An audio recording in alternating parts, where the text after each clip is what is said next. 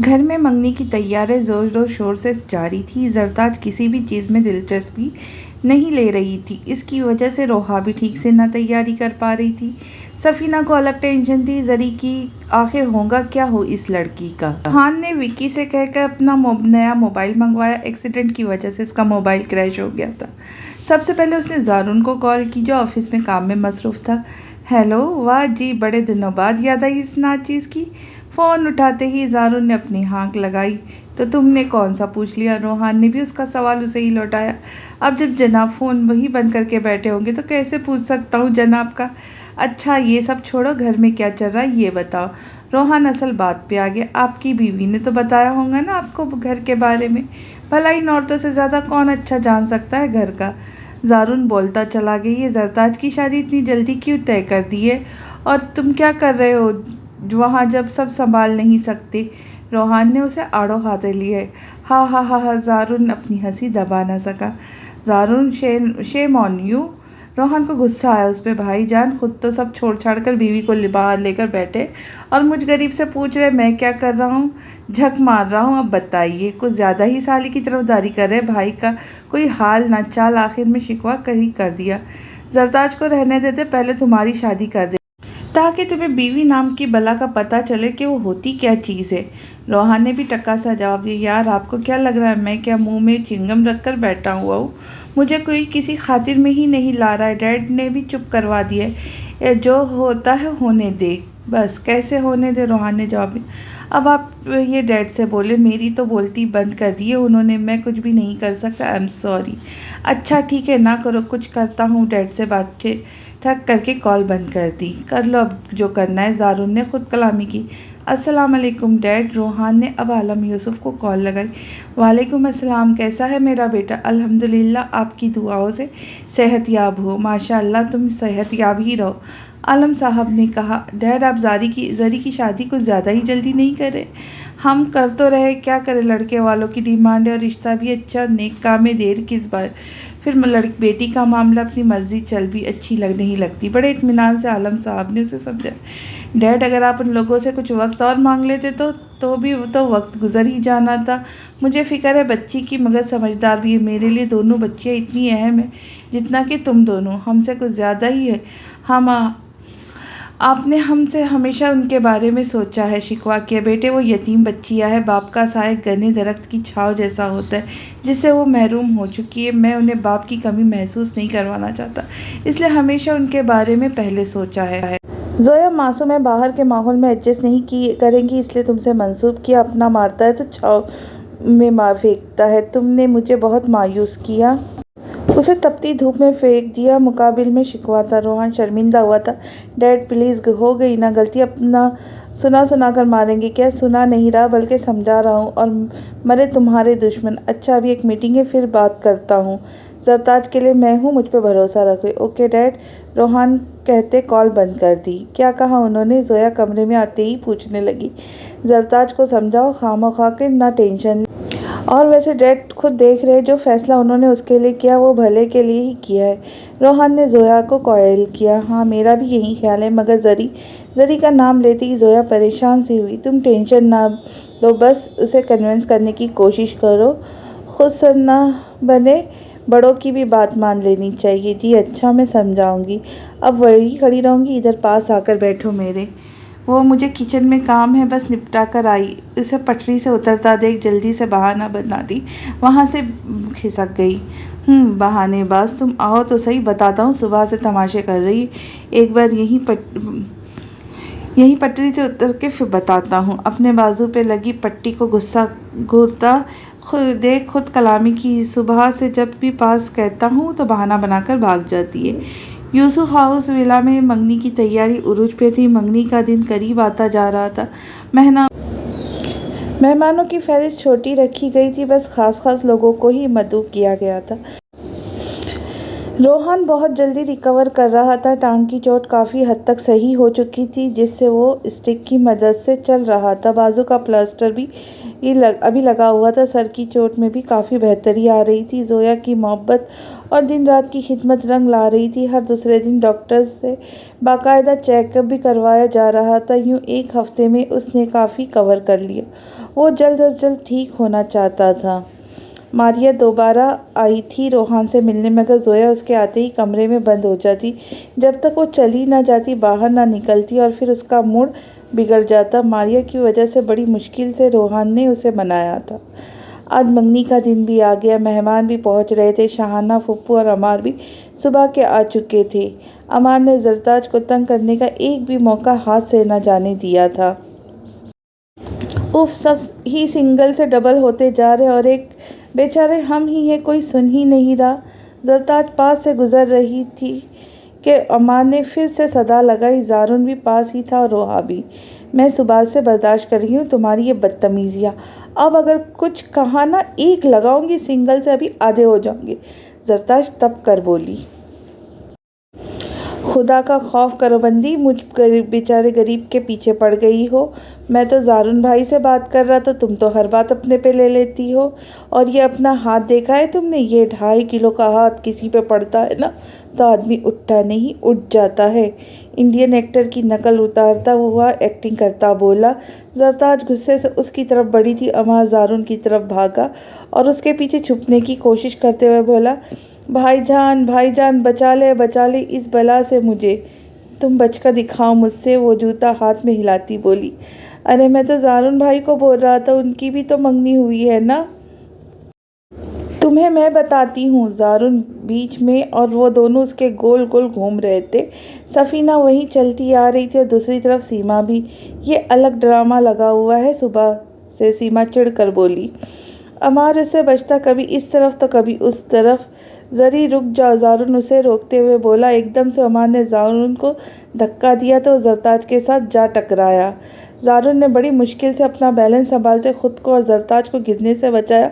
जारुन ने पूरी तरह दोनों बाजू से जरताज को अपने हिसार में लिया हुआ था, और इस अचानक इफ्तिताह पर जरताज भी घबरा गई थी, इसलिए अपना तवाज़न बरकरार न रख सकी। मगर जारुन ने उसे पूरी तरह संभाल लिया था और गिरने से बचाया। गिरने से संभलते ही दोनों एकदम से एक दूसरे से दूर हुए। बच्चों, शाम हो रही, जल्दी करो, तैयार हो। सफ़ीना ने जल्दी से बात बदली। सीमा को देख के, जिनके चेहरे का रंग ये मंजर देखकर बदल चुका था, मगर इन दोनों की भी कोई गलती नहीं थी। वो चाची, बस ब्यूटिशियन आने वाली है। रोहा ने जल्दी से जरताज का हाथ थामकर उसे कमरे की तरफ लेकर चल दी। जारुन भी लॉन में फंक्शन के अरेंजमेंट देखने चल दिया।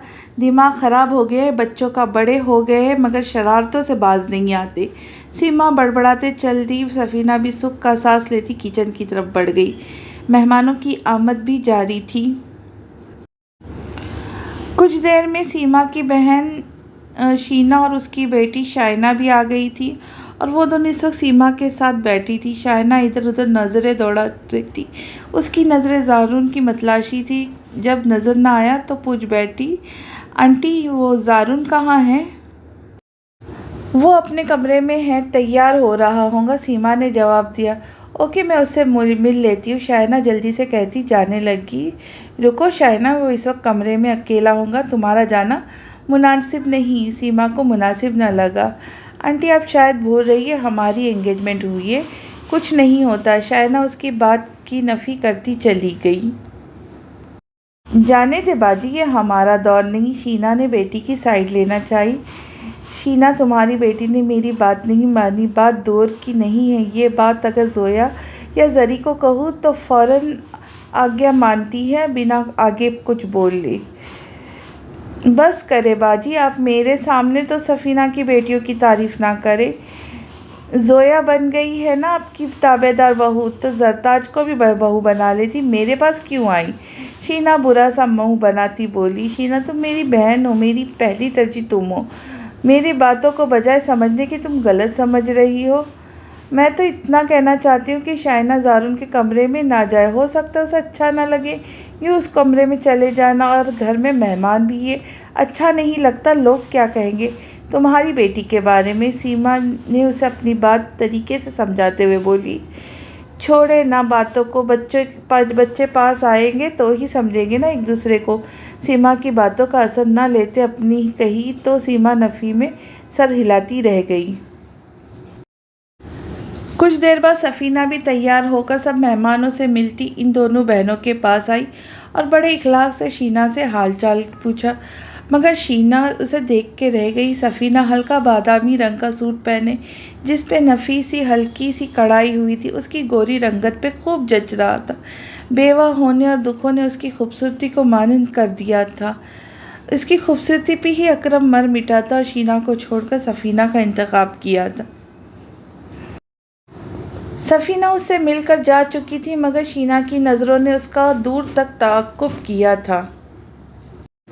ज़ारून अपने कमरे में तैयार हो रहा था। कॉटन का वाइट कड़क सूट पहने वो मिरर के आगे खड़ा अपना जायज़ा ले रहा था। एकदम दरवाज़ा खुला और शाइना दनदनाती हुई अंदर चली आई। ज़ारून ने जल्दी से कमीज़ के बटन बंद किए। ये क्या तरीका है शानू, किसी के कमरे में आने के तुम्हें मैनर्स नहीं? नॉक करके आते। ज़ारून अपने गुस्से को कंट्रोल करता बोला। उसे ज़रा पसंद न आया था शाइना का इसके कमरे में मुंह उठा के चले आना। ओह कम ऑन ज़ार, कैसी बातें कर रहे हो? आखिर इस कमरे में मुझे ही तो आना है। शाइना 2-4 कदमों का फासला समेट कर उसकी तरफ देखती बगैर उसकी बातों का कोई असर लिए बड़ी ढिठाई से बोली, ये बात की बात है, बाद में देखी जाएगी। प्लीज़ अभी जाओ यहाँ से। मेहमान आए हुए तुम्हें यहाँ मेरे साथ देखेंगे तो क्या सोचेंगे? प्लीज़ ज़ा, तुम देखते ही नहीं मेरी तरफ। अब तक तो तुम मुझे इग्नोर ही करते रहते हो। वो मसनूई नाराज़गी से मुंह बनाती उसके सीने पे सर रखती बोली थी। इस बेबाकी पे ज़ारून हैरान ही रह गया था। उसे बाजू से थाम कर खुद से अलग किया। मैं कौन सा अजीब बात कर दी जो यूँ रिएक्ट कर रहे हो? उसके एक्सप्रेशन देखकर वो बोली, अच्छा नीचे जाओ प्लीज़, मैं आ रहा हूँ। वो बाल बनाता बोला और वो मुंह बनाती चलती। कहाँ से भला पीछे लग गई कहीं? रोहान की बद्दुआ तो नहीं लग गई? खुद से बड़बड़ाते वेस्टकोट पहनने लगा। माशाल्लाह, जरताज पिंक कलर की फ़्रॉक पहने जिस पे गोल्डन नफीस सा काम हुआ था। लाइट मेकअप किए, हल्की सी ज्वेलरी पहने अप्सरा ही लग रही थी। इरम ने उसकी तारीफ़ की। रोहा तो उसे देखती ही रह गई। वारी जाने लगी, माशाल्लाह ज़री, तुम कितनी प्यारी लग रही हो। जरताज ने सिर्फ मुस्कुराने पे इत्तफा किया। रोहा ने भी उसका हमरंग सूट पहना था, मगर उससे थोड़ा मुख्तलिफ था। वो हल्का सा मेकअप किए बहुत प्यारी लग रही थी।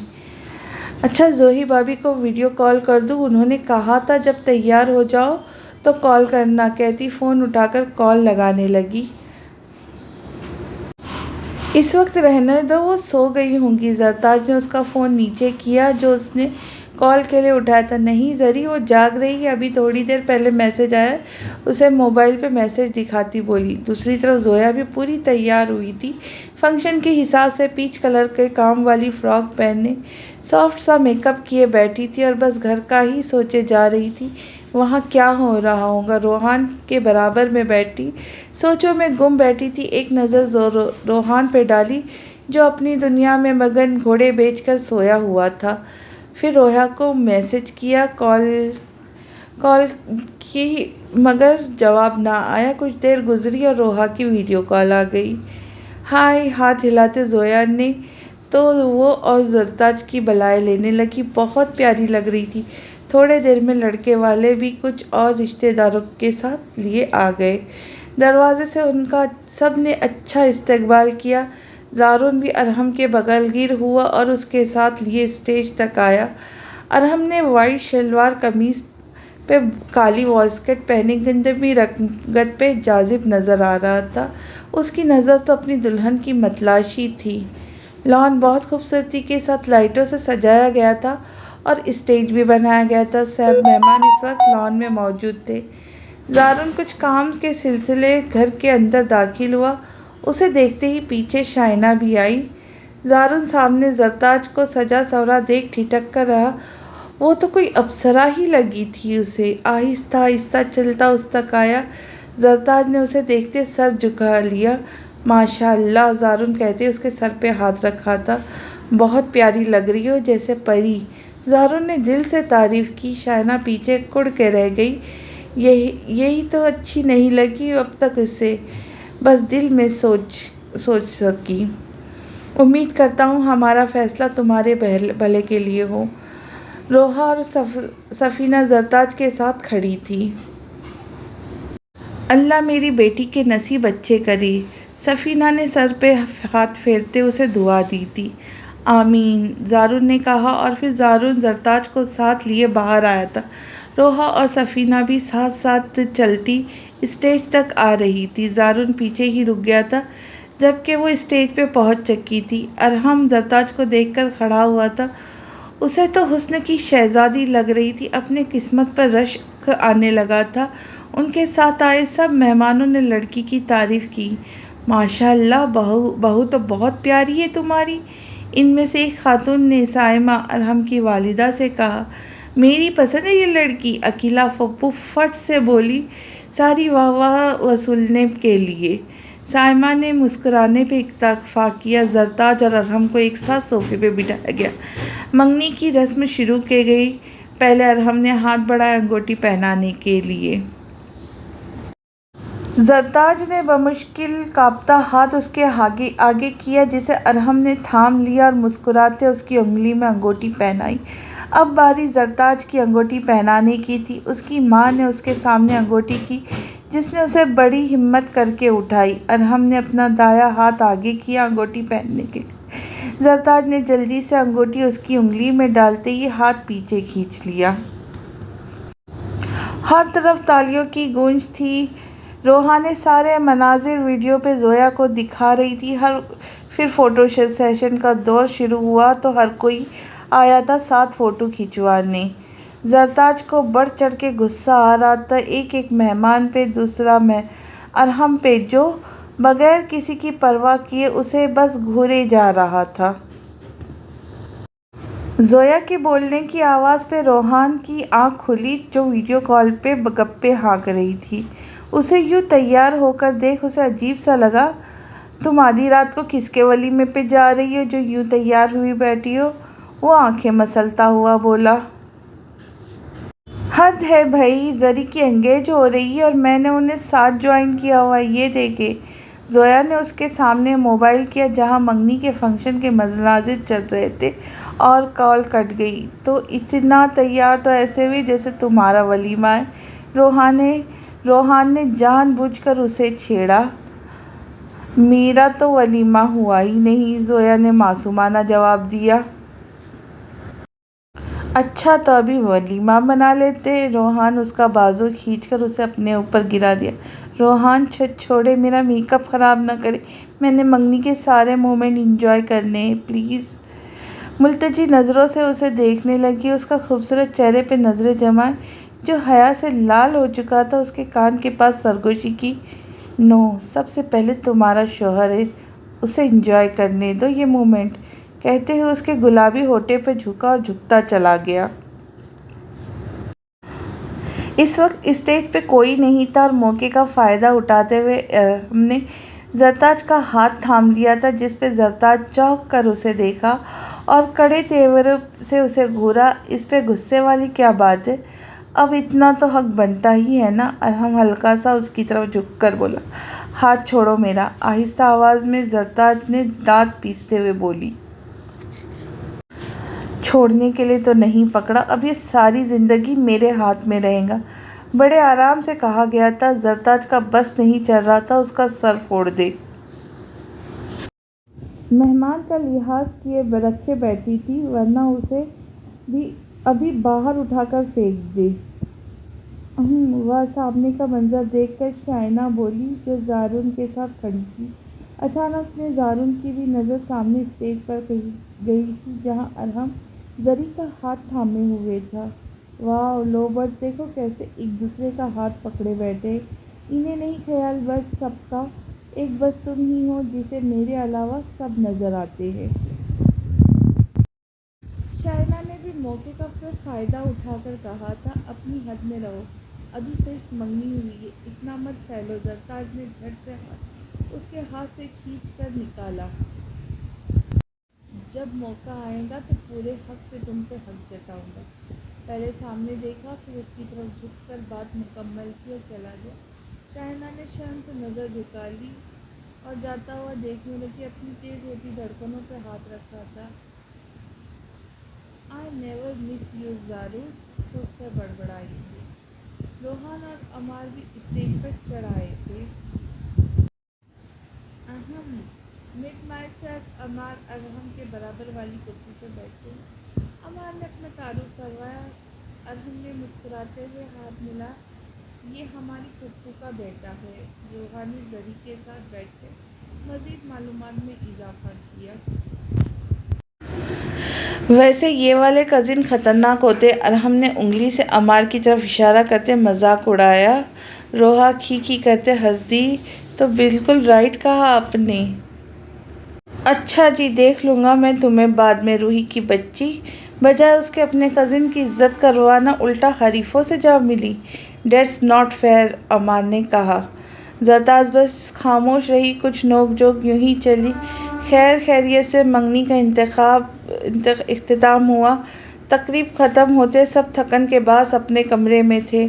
रोहा पानी लिए तेज़ी से अपने कमरे की तरफ बढ़ रही थी। सादा से शलवार कमीज़ पहने, पोनीटेल बनाए, जब अचानक उसकी लहराती पोनी किसी के हाथ आ गई। वो दर्द से कराई। सामने खड़े शख्स को देख गुस्से से नाक सिकुड़े। अमार के बच्चे, छोड़ो मेरे बाल। नहीं छोड़ूंगा तो क्या करूंगी? तो मैं, रोहा की बात बीच में काटते वाला बोला, तो मैं क्या बोलूं? हाँ, तुम बोल रही हो शायद मैं बहुत ख़तरनाक वाली कज़िन हूँ। रोहा के दिमाग की घंटी बजी। तो वो तो अब तक इसी बात को लिए बैठा है। हाँ तो छोड़ो मेरे। अमार ने बाल छोड़ दिए। भाई वो तो जस्ट मजाक था, तुम तो सीरियस हुए बैठे हो। यार तुम्हें अपने कज़न को डिफेंड करना चाहिए था, ना कि इरिटेट। वो मसनूई नाराज़गी दिखाता बोला। अच्छा ना, सॉरी अगर तुम्हें मेरी बात बुरी लगी है तो। वो मासूमियत से कान पकड़ती बोली। तो अमार हंस दिया था। रोहा का दिल ज़ोर से धड़का था और वहाँ से निकल गई जल्दी से। कमरे में आई तो दिल थाम के रह गई। सोए हुए जज्बात फिर से उभरने लगे। जरी सो गई, रोहा बोली। कमरे वो कमरे में आई तो वो करवट लिए लेटी थी। उसने बस हुंकार ही भरा। क्या हुआ है यार, क्यों शौक मना रही हो? लोग अपनी मंगनी पे इतना खुश होते और एक तुम के बस। शानू को देखा था, पूरा इवेंट बस भाई के साथ चिपकी रही। रूही प्लीज़ तंग मत करो, वरना मैं कहीं और जाकर सो जाती हूँ।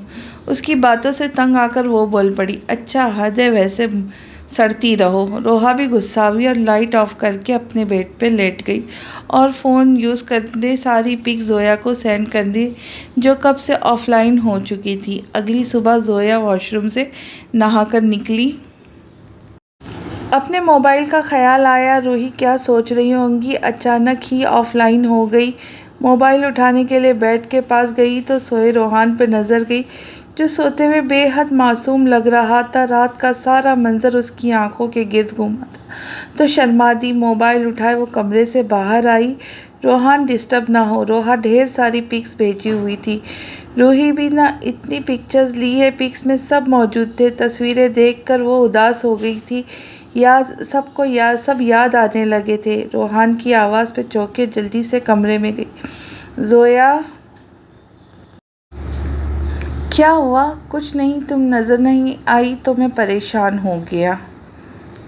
हद है, मैं यही हूँ। अच्छा अब आप उठ गए हैं तो फ्रेश हो जाए, मैं जूस बनाती हूँ आपके लिए, कहते अलमारी की तरफ बढ़ी, उसके कपड़े निकाल कर सामने रखे। उठे भी, अब मुझे क्या देख रहे हैं? वो बेड से उठ के उसके पास आया। तुम मेरे सामने रहा करो, बस अच्छा लगता है। उसके दाएं रुखसार पे हाथ रख खुमारी के आलम में कहा। वो दूसरे गाल पे बोसा देता वॉशरूम चला गया। कमाल शख्स है, पहले करीब नहीं आने देता था, अब दूर नहीं जाने देता। वो सोचती किचन में चली गई। कमाल है, अब शक्ल दिखा रही हो मंगनी के बाद, हद है वैसे। इरम ने जरी के साथ बैठते बोली, जो पूरे एक हफ्ते बाद उसे नजर आई।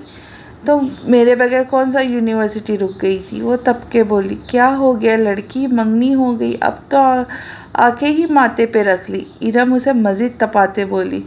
क्लासेस लेने के बाद लंच करने के लिए कैंटीन आई तो जरताज का फ़ोन रिंग होने लगा, जिसे उसने देखते मुंह बनाकर वापस पर्स में रख दिया। कौन है? इरम ने पूछा। कोई नहीं, बर्गर मंगवा लो। जरताज ने बात टालना चाही। फ़ोन फिर रिंग हुआ। यार उठा लो, कोई काम होगा। अब के इरम बोली। इसे कोई काम नहीं, बस वेला दिमाग खाता रहता है। Any time messages, call. उफ, मैं तंग आई हूँ इस बंदे से।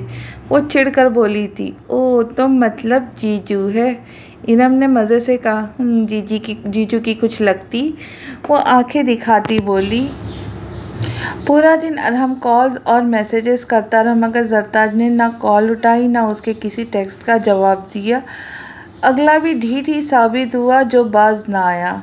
रात को भी कॉल्स आने लगी, मगर जरताज ने फ़ोन साइलेंट कर दिया। हद है जरी, तुम सुन तो लो उसकी बात। आखिर बेचारा सारा दिन से तुम्हें कॉल कर रहा है, और वो भी ढीठ है, और तुम इससे भी बड़ी ढीठ। रोहा बोली। चुप करो, तुम ज़्यादा मेरी माँ ना बनो। हर वक्त लेक्चर देती रहती हो बस। वो उस पर डपटते हुए बोली। हद है भाई, मुझे ही चुप करवाती रहना, अपनी हरकत ना देखना। रोहा तनक कर बोली। Shut up. जरताज ने बुक्स बंद करके साइड टेबल पर रखी और सोने के लिए कंबल तान के लेट गई। पता नहीं क्या बनेगा इनका, रब ने बना दी जोड़ी। रोहा बस सर हिलाती रह गई। सुबह जरताज उठी तो टाइम देखने के लिए मोबाइल उठाया तो हैरान रह गई। इतनी सारी मिस कॉल और मैसेजेस, ऐसे जैसे रात भर का लगा हुआ है। उफ, मुझे तो बंदा मेंटल लगता है। अगर कोई तुम्हें इग्नोर कर रहा है तो मतलब है वो तुमसे बात नहीं करना चाहता। जरताज इस वक्त यूनिवर्सिटी में इरम की सारी रौदात सुना रही थी तो इरम हंसने लग गई। मतलब तुम हंस रही हो? उसने मेरी नाक में दम किया हुआ, तुम बत्तीसी निकाल रही हो। अरे भाई, वो तुम्हारा आशिक हो गया है, मतलब उसे तुमसे दिन रात बातें करनी है, तुम हो कि उस बेचारे पे जुल्म ढाए जा रही हो। इरम ने हंसते हुए बोली। मुझे नहीं करनी उससे कोई बात। वो बेजार सी बोली। तो कब करनी है बातें? यही तो टाइम है, अंडरस्टैंडिंग होंगी, कुछ तुम्हारा दिल साफ होगा उसकी तरफ से। इरम उसे समझाती बोली। चलो क्लास में। वो क्लास की तरफ बढ़ गई। छुट्टी के टाइम वो दोनों किसी बात पे हंसती हुई बाहर आई। सामने खड़े नफूस को देखकर चौंक गई। लो जी, तुम्हारा आशिक तो यहाँ तक आ गया। और ना उठाओ कॉल, वैसा बड़ा बन सवर क्या है तुम्हारे लिए? इरम उससे तंग करती बोली। जवानपन उसने बस घूरा था। इरम आहिस्ता आहिस्ता चल के उनके पास आकर रुका था। वाइट कलर की हाफ बाजू वाली टी शर्ट, साथ ब्लू जीन्स पहने, बाल सलीके से सेट किए, आँखों पे गॉगल्स लगाए, अच्छी कदोकामत गंदमी रंगत में हैंडसम लग रहा था। अस्सलाम अलैकुम। आते ही सलाम किया। वालेकुम अस्सलाम। मध्यम सी आवाज़ में जवाब दिया गया, गो कि अभी उसकी गैर मुत्तका आमद पे हैरान भी और साथ परेशान भी। मुझे आपके कीमती कुछ पल चाहिए, अगर इजाज़त हो। बड़े मदबाना अंदाज में कहा गया। जी। वो परेशान सी हुई। कैसे टालें? लंच टाइम है, कोई तो काइंडली हम कहीं अच्छे से रेस्टोरेंट में चलते। पहले उसने घड़ी देखी, फिर पॉकेट में हाथ डाले बड़े आराम से बोला। ओ, मेरी गाड़ी आने वाली है, सॉरी, मैं टाइम पे घर जाती हूँ, वरना मामा परेशान हो जाएंगी। घुमा फिरा कर साफ इनकार था। इरम ने आंखों से ऐनक उतार कर उस दुश्मन जान को देखा जो इर्द गिर्द गुजरते लोगों को देख रही थी। धूप से सुर्ख होती सफ़ेद रंगत चेहरे पे झोलती चंद आवारा लटे। मिस, अब आप ही समझाए अपने दोस्त को, जब कोई आपके पास चल कर आए तो उसे नाउम्मीद नहीं लौटाते। अब के वो इरम की जानिब मुतवज्जा हुआ था। चली जाओ जरी, अब वो आए हैं तो अच्छा नहीं लगेगा उन्हें, अगर तुम ना गई उन साथ तो। इनम समझने की कोशिश करो, अगर ड्राइवर आ गया और मैं ना हुई यहाँ तो पता नहीं उसने क्या कहना है, घर तो पता नहीं क्या क्या हो सकता है। मैं नहीं चाहती मेरे लिए कोई मसला खड़े हो, वे इरम से कहती सख्त मुखातिब हुई। ओके सिस, जैसे आपके दोस्त की मर्ज़ी, मैं ज़बरदस्ती का कायल नहीं हूँ। दोबारा आंखों पे चश्मा लगाते वो गाड़ी की जानिब बढ़े। अल्फाज में संजीदगी थी और चेहरे के तासुरात सख्त हुए थे। इडियट, वो बुरा मान गया, प्लीज़ उसे रोक लो। मसाइल तो अब शुरू हो गए तुम्हारे लिए, उसकी बात मान लो। इरम जल्दी से बोले। वो दोनों हाथ बांधे बस सामने खड़े देख रही थी, जैसे कुछ सुना ही ना हो। इरम ने माथा पीटा था, उसका बाजू खींचती हुई उसके पास चली गई जो गाड़ी में बैठने लगा था। सुनिए, वो जरी जाएंगी आपके साथ, बस ज़रा हिचकिचाहट है उसे साथ जाने में। आपने इतनी जल्दी हथियार डाल दिए, कुछ और इंसिस्ट करना चाहिए था ना। बैठो। जरी फ्रंट सीट का दरवाज़ा खोला और उसे बिठाया। वो बस घूरती रह गई इरम, जिसने उसे बोलने का मौका ही नहीं दिया। उफ इरम की बच्ची, देख लूँगी तुम्हें, आहिस्ता आवाज़ में कहा जो इरम ने सुना। थैंक यू, मैं इसकी सारी हिचकिचाहट दूर कर दूंगा, वो इरम से मुस्कुराकर कहता गाड़ी में बैठ गया। आंखों में चमक दर आई थी। अल्लाह हाफिज़, अल्लाह ही हाफिज़। गाड़ी जाती देख इरम हाथ हिलाती बोली, हाय ज़ारून। ज़ारून ऑफिस में बैठा, लैपटॉप पे उंगलियां तेज़ी से चल रही थी, अपने काम में मगन था। जब आवाज़ पे चौंक कर सामने देखा, तुम? हाँ, मैं लंच ब्रेक होने वाला है तो सोचा क्यों ना साथ में लंच कर लिया जाए। शाइना अदा से चलती उसके सामने आकर रुकी। ज़ारून ने लैपटॉप बंद कर लिया, अब उसके इनकार के मुनासिब न लगा। Okay let's go. यस, खुशी से कहा। शाइना ने लाइट पिंक कलर का सूट पहने जिसके बाजू फुल थे और दुपट्टा गले में था। पहली बार ज़ारून को वो ढंग की लगी, वरना हमेशा बोल्ड अंदाज में रहती।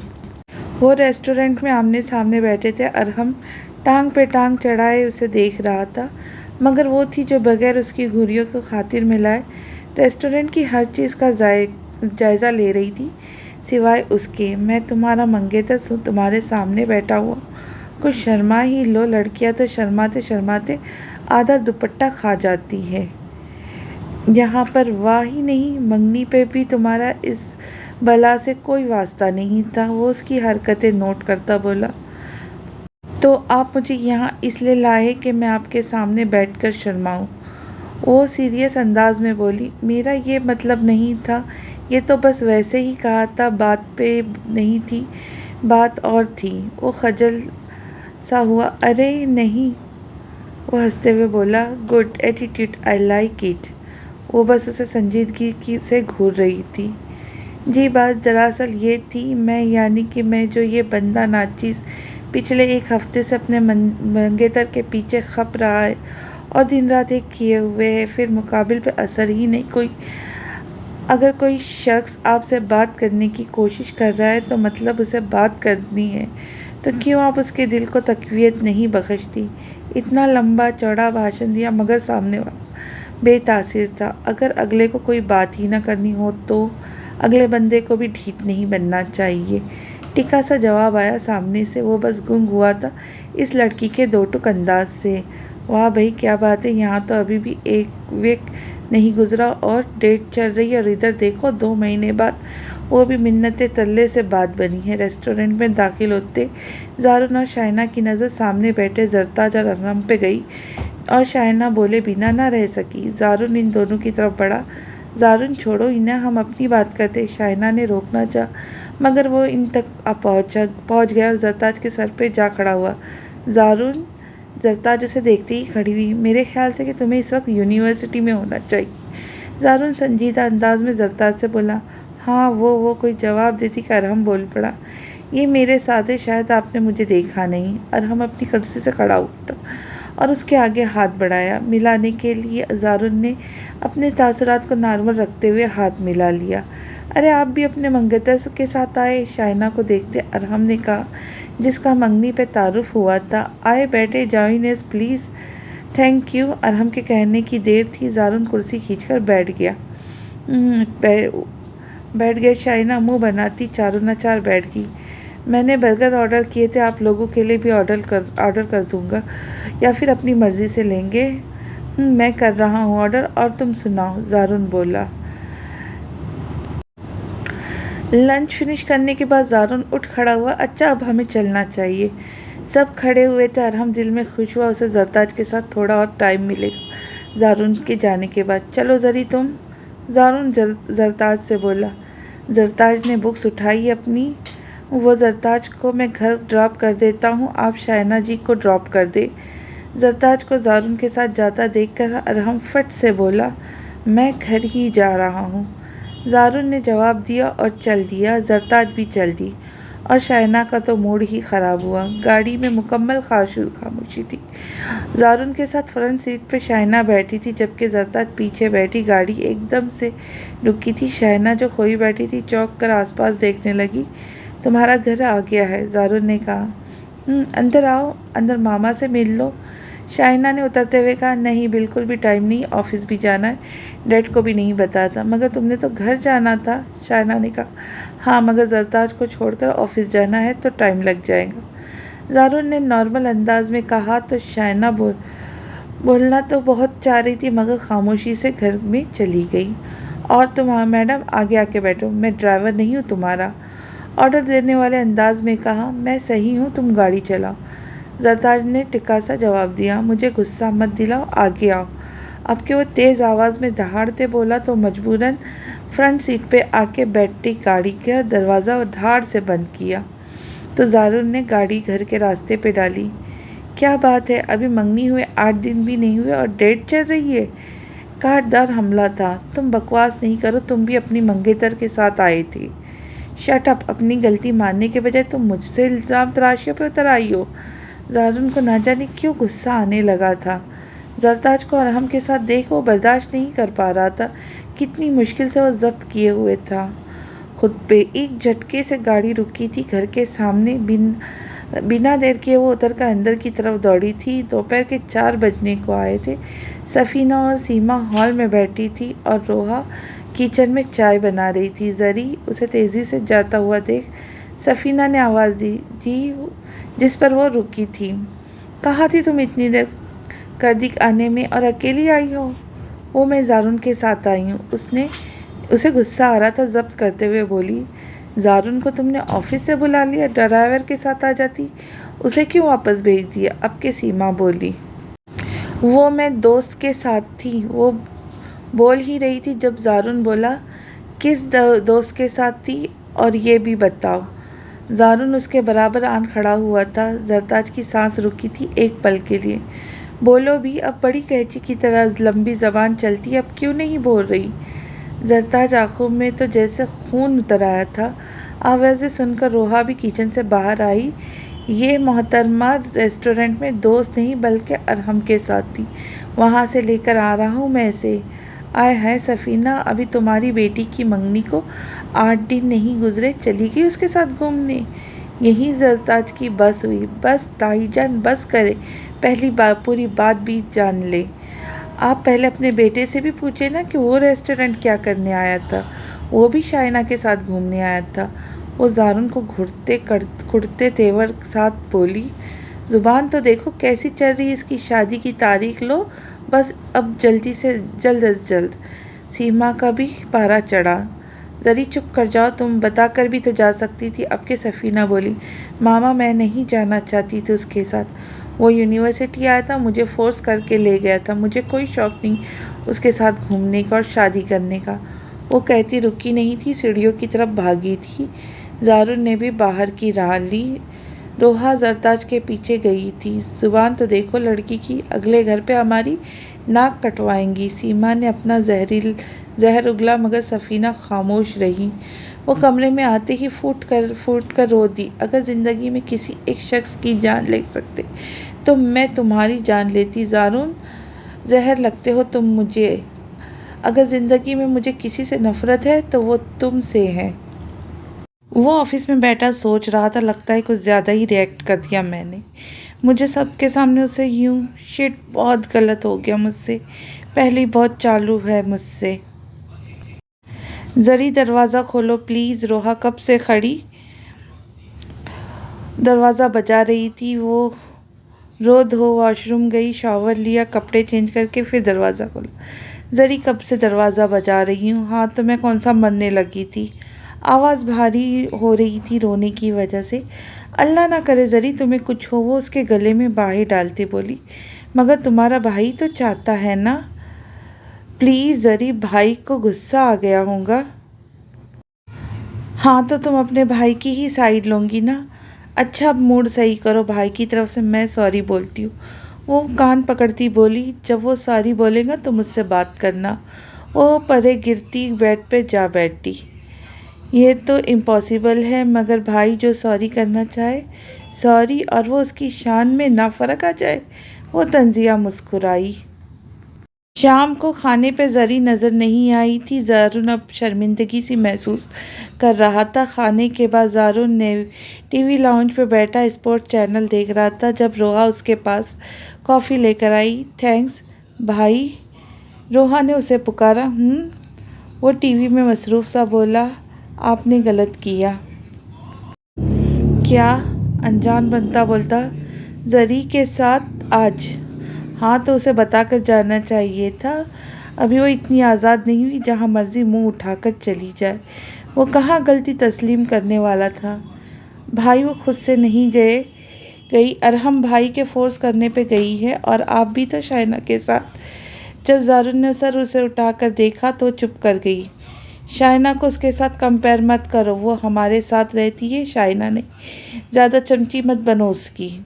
ज़ारुन ने उसे चुप करवा दिया। भाई आपको ज़री से सॉरी बोलना चाहिए। क्यों? एब्रो उचकाते कहा। आपने इंसल्ट की है उसकी, कितना बुरा लगा है उसे। वो तो पहले ही इस रिश्ते से खुश नहीं थी, वो कहकर चली गई। मैं और सॉरी, अब इतने भी मेरे दिन बुरे नहीं आए मेरे कि मैं उसे सॉरी बोलूँ। ठीक किया मैंने। वो दोबारा अपनी हठधर्मी पे उतर आया। कहानी का अगला हिस्सा जल्द ही आपकी खिदमत में हाजिर होगा। तब तक के लिए खुश रहे, खुशियाँ बांटे और अपनी इस बहन को दुआओं में ज़रूर याद रखिएगा। मिलते हैं जल्दी। अल्लाह हाफिज़।